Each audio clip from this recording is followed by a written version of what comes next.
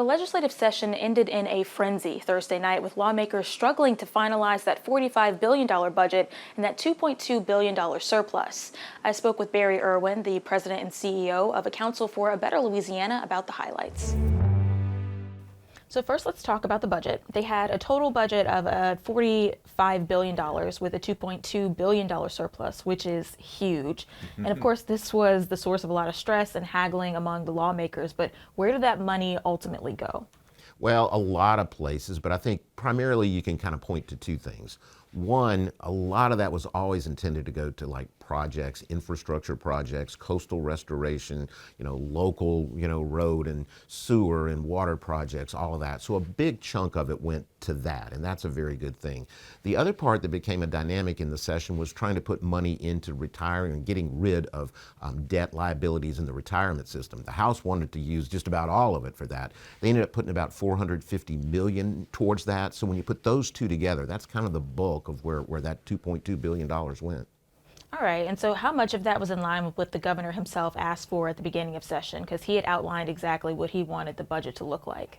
I would say quite a lot, because there were a lot of projects that were funded, and we're talking about bridges and coastal, all these big ticket items.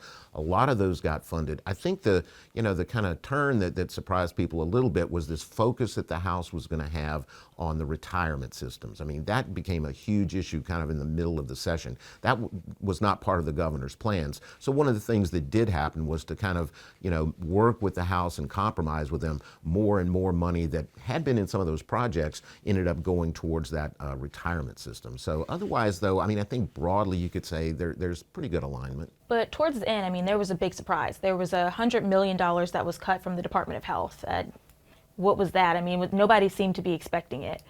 It's kind of hard to figure out because it happened in such the last moments, and it was such a surprise. So it's hard to figure out where that is intended to go. There were a lot of changes that were made in the budget, so we don't know where. But that was a surprise. I think there was some discussion about it earlier in the session, thinking that there are going to be some savings in the Medicaid program because enrollment is going to drop because of some federal changes, and they could take some money from that. But that kind of came off the table, but then apparently it got right back on the table. So I think we're going to have to see how that plays out. Of course, there was some irritation after that budget was finalized, that final vote, because some lawmakers were saying we don't know where any of this money is going. And I heard that there were some people that were worried about where we're going to put this money, how we're going to see it show up, how this is going to impact Louisiana. Is that normal to have that type of finalization at the last 10 minutes or so of session? It's not normal, but we have seen it before, and it does happen sometimes. They were in some pretty intense negotiations for several days. Honestly, it kind of looked like they were on a fairly smooth glide path to getting this fixed, but apparently behind the scenes, there was a lot of tension. That kind of came to the fore at the very end. They pushed the bills out, with just, 30 minutes or so left in the session. The votes came at the very final minutes. But people didn't know. There were some significant changes that we do know about. What I think troubled a lot of those lawmakers is they had projects in their districts or things that were important to them that may not be on our top radar screen. They didn't know whether those were in there or not, and maybe they still don't. Okay, so that's where a lot of the frustration is really coming from. Right. So of course this was a fiscal session, that was the entire point, but a lot of other bills made it onto the floor. Can you talk about what some of the most notable ones were? Well, I think this was always going to be about two things, the budget piece and then what some people describe as some of the culture war issues. They certainly took a lot of attention, took up a lot of time. There were three bills dealing with gender that really did get a lot of attention. The governor has since indicated he's going to veto those, but they did pass overwhelmingly. There was discussion about libraries and restricting access, to kids to certain materials in libraries, those types of things.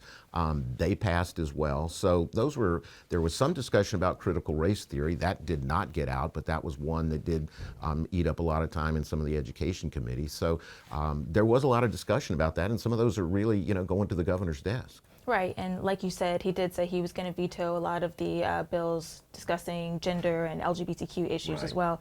And also, and I remember at the beginning of session, another bill that he really wanted passed was about the death penalty and finally abolishing it. So What happened on that end?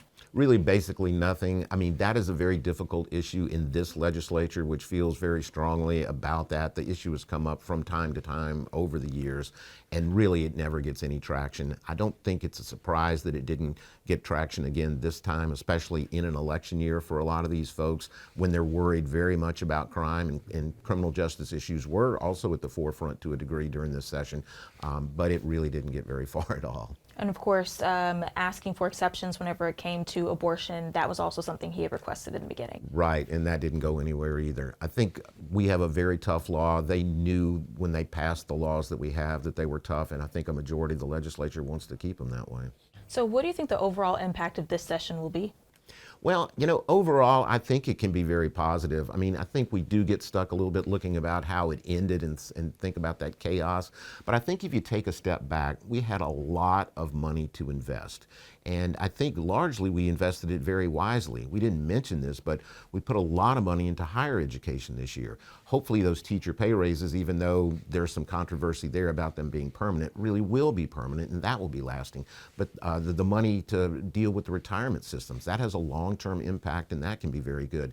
But these dollars going into these projects, if we didn't have this opportunity right now with bridges, with the coastal issues that we have, water systems, all these things that are really looking for some kind of funding. If we didn't have that, we would be in much worse shape than we really are now because we've kind of directed these dollars in that direction.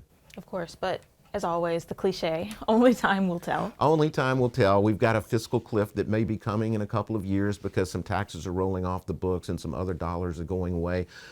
There's always going to be issues with money and funding. So, this year is kind of ironic in a way that we had some contention when we had a lot of money. But I guess you always fight over the money no matter what. I think you're right. Well, thank you so much for joining us. I really appreciate it. Glad to be here.